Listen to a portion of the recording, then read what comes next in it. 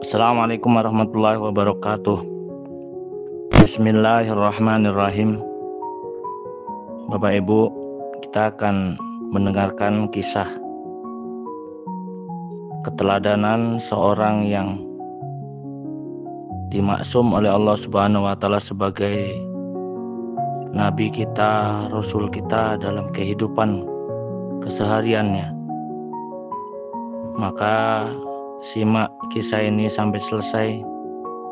Jangan lupa agar mendapatkan pahala jariah, maka untuk bantu share sebanyak-banyaknya di semua grup, semua platform medsos, agar kita mendapatkan pahala jariah ketika kisah ini dapat didengar oleh umat Nabi Muhammad SAW di seluruh alam dan mendapat suri tauladan dari Nabi kita Muhammad SAW.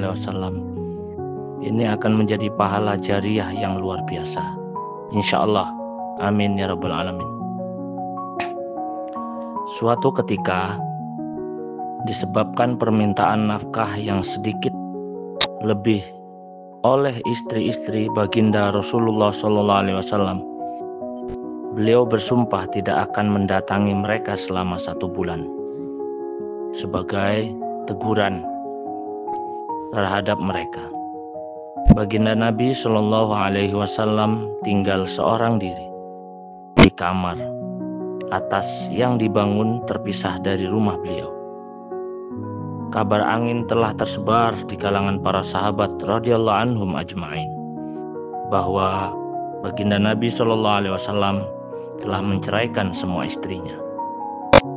Saat itu Sayyidina Umar radhiyallahu anhu sedang berada di rumah. Ketika ia mendengar berita ini, ia segera berlari menuju masjid. Di masjid terlihat para sahabat radhiyallahu anhum sedang duduk berpencar-pencar menangis karena takut akan kemarahan baginda Nabi Shallallahu Alaihi Wasallam. Demikian juga kaum wanita menangis di rumah-rumah mereka. Sayyidina Umar radhiyallahu anhu segera menemui putrinya, yaitu Sayyidatina Hafsah radhiyallahu anha. Ia juga sedang menangis di kamarnya. Sayyidina Umar radhiyallahu anhu bertanya, "Wahai anakku, mengapa engkau menangis? Bukankah selama ini aku telah memperingatkan kamu dari berbuat sesuatu yang dapat membuat baginda Nabi Shallallahu Alaihi Wasallam marah?" Lalu Sayyidina Umar radhiyallahu anhu kembali ke masjid. Di sana terlihat sekelompok sahabat radhiyallahu anhum yang sedang duduk-duduk dan menangis di dekat mimbar. Ia pun ikut duduk bersama mereka sejenak. Namun, kesedihan yang mendalam membuatnya tidak dapat duduk. Lalu, ia bangun dan berjalan mendekati kamar baginda Nabi Sallallahu Alaihi Wasallam melalui perantara seorang hamba sahaya, Sayyidina Rabah radhiyallahu anhu, yang duduk di tangga kamar baginda Nabi Shallallahu Alaihi Wasallam. Ia meminta izin untuk masuk. Sayyidina Rabah radhiyallahu anhu masuk dan meminta izin untuk Sayyidina Umar radhiyallahu anhu, tetapi beliau sama sekali tidak menjawab. Sayyidina Rabah radhiyallahu anhu kembali dan memberitahukan hal ini kepada Sayyidina Umar radhiyallahu anhu. "Saya telah menyampaikan, namun beliau tidak menjawabnya." Sayyidina Umar radhiyallahu anhu pun putus asa dan kembali duduk di samping mimbar, namun tidak bisa duduk dengan tenang.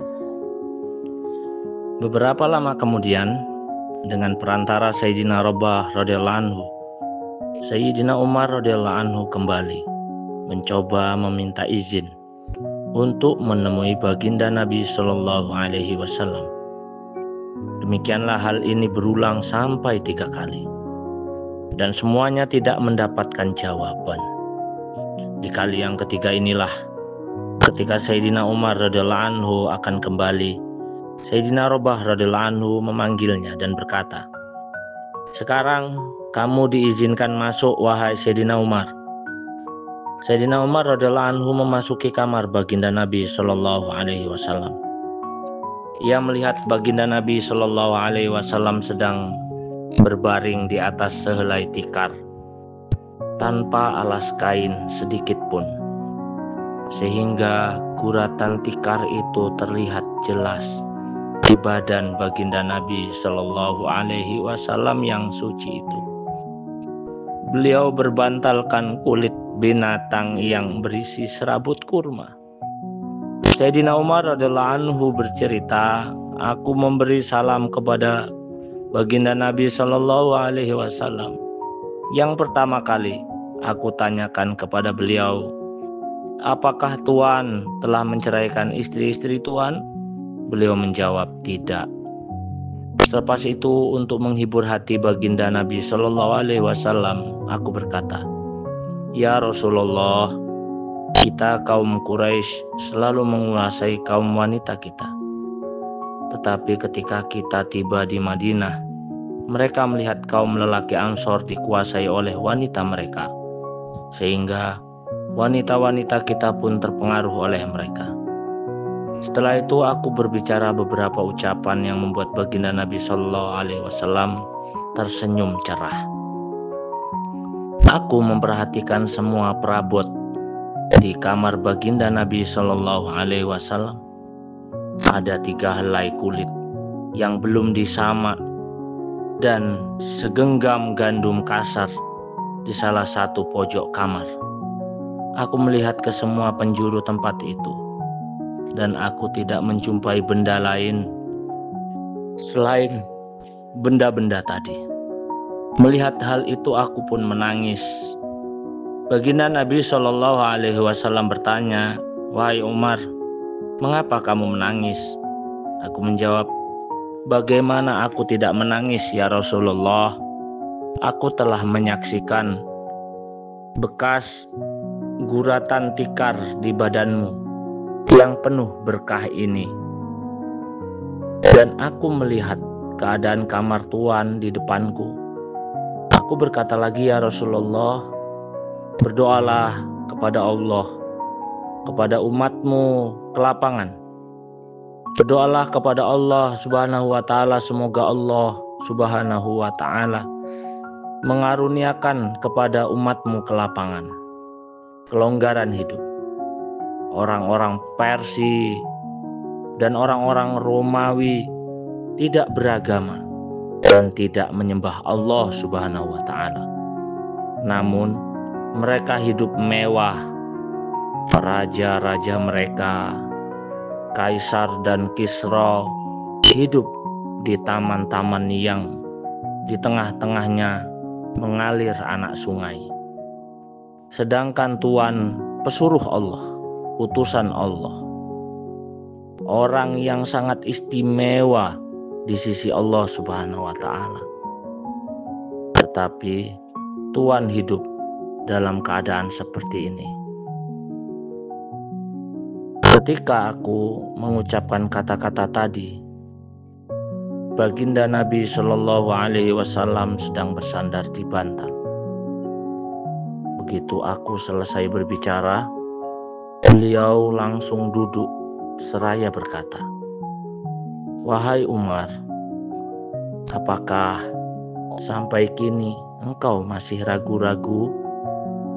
Dengarlah, kelapangan, kelonggaran di akhirat nanti jauh lebih baik daripada kelapangan di dunia ini. Orang-orang kafir itu mendapatkan kesenangan, kebahagiaan, keberlimpahan, dan kemewahan hidup di dunia, sedangkan kita akan memperolehnya di akhirat kelak. Aku berkata, ya Rasulullah, berdoalah kepada Allah Subhanahu wa Ta'ala agar Allah Subhanahu wa Ta'ala mengampuniku dan aku merasa bersalah. Baginda Nabi Shallallahu Alaihi Wasallam adalah pemimpin dunia dan agama sekaligus utusan Allah Subhanahu wa Ta'ala. Tetapi beliau tidur di atas helai tikar tanpa dilapisi apapun yang menyebabkan ada guratan di badannya. Kita juga mengetahui keadaan perabot-perabot di rumah beliau. Tetapi ketika ada orang yang meminta beliau berdoa, minta kelapangan, beliau malah memperingatkannya. Seseorang bertanya kepada Sayyidatina Aisyah radhiyallahu anha, bagaimanakah keadaan alas tidur baginda Rasulullah SAW di rumah? Sayyidatina Aisyah radhiyallahu anha menjawab, alas tidur beliau terbuat dari kulit yang berisi serabut kurma. Sayyidatina Hafsah radhiyallahu anha juga pernah ditanya oleh seseorang, bagaimanakah keadaan alas tidur baginda Rasulullah SAW di rumah? Jawabnya, sehelai kain kasar yang dilipat dua, yang dihamparkan sebagai alas tidur baginda Nabi SAW. Suatu hari, aku pernah melipatnya menjadi 4 lipatan agar menjadi empuk. Keesokan paginya baginda Nabi SAW bertanya, apa yang telah kamu hamparkan untukku tadi malam? Jawabku, kain yang sama, tetapi aku melipatnya menjadi 4 lipatan. Beliau menyahut, lipatlah seperti dulu. Kenyamanan seperti tadi malam menghalangiku bangun tahajud. Lihatlah keadaan kita sekarang, betapa Allah Subhanahu wa Ta'ala telah memberikan kelapangan kepada kita. Kasur kita empuk dan nyaman, namun kita bukannya bersyukur, tapi malah banyak mengeluh. Bapak, Ibu, dan saudara budiman sekalian, mohon bantu untuk men-share, subscribe, like, dan komen agar kita mendapatkan manfaat pahala jariah, bagian daripada menyebarkan agama, agar kisah ini menjadi suri tauladan kepada umat di seluruh alam. Amin ya rabbal alamin.